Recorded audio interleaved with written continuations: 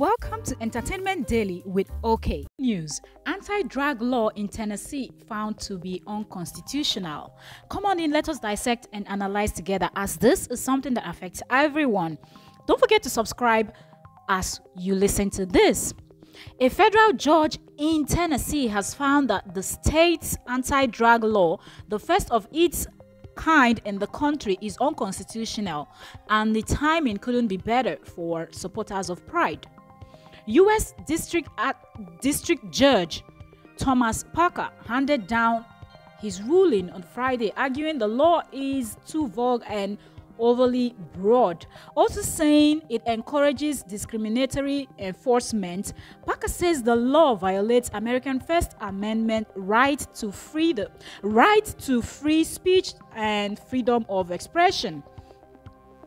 Parker did make a distinction about obscenity, which proponents of the law thought would help keep it intact, but the judge struck that down, explaining there is no question that obscenity is not protected by the First Amendment, but there is a difference between material that is obscene in the vernacular and material that is obscene under the law. He adds, simply, but no majority of the Supreme Court has held that sexual explicit but not obscene speech receive less protection than political, artistic, or scientific speech. In other words, it ain't illegal for adults to talk sex or dress in drag in front of kids, which is exactly what this law was all about in the first place. As you all recall, this law banned public drag / cabaret performance where children could see them, and that might have created problem with the Pride demonstration going on throughout the state this weekend.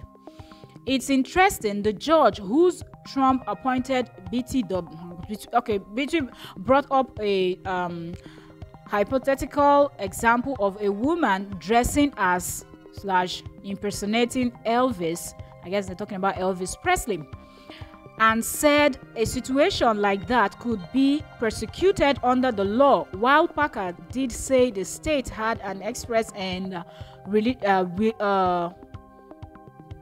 righteous interest to protect its minors. He said putting a law like this on the book isn't the way. As you know, local Pride organizers there in Tennessee have reportedly receiving threats from various hate groups in recent weeks as they were planning their parade and event.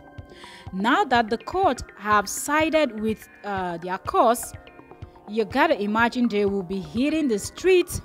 They will be hitting the streets in their masses and with some rejuvenated force too. Time will tell how the public reacts. So if you're watching this, I want you to come on in, join the conversation. You might want to say, okay, I don't want to say much. We're not saying, but we're saying join the conversation, because some persons are saying drag. Nobody's saying being a gay or the Pride thing is wrong. Do what you want to do. But I think what a lot of people are saying is that they should not be organizing shows that they would strictly want to perform in front of children, because at the end of the day, drag, there are some of these drag race people that the way they dress is really provocating, and having all those stuff in the faces of children, I think it makes some parents uncomfortable. At the same time, we have to, this whole thing is like 50-50. You have to consider the parents also while you consider these drag people. I think the kids should be kept out of this. This is my own opinion. When that child grows up and it's old enough to know what's what, then that child can decide to attend drag race, become a drag race person or whatever. But right now, I think the kids should be kept out. Thank you so very much for watching, and don't forget to comment, like, share, and let us know what is your take. Thank you so very much for watching.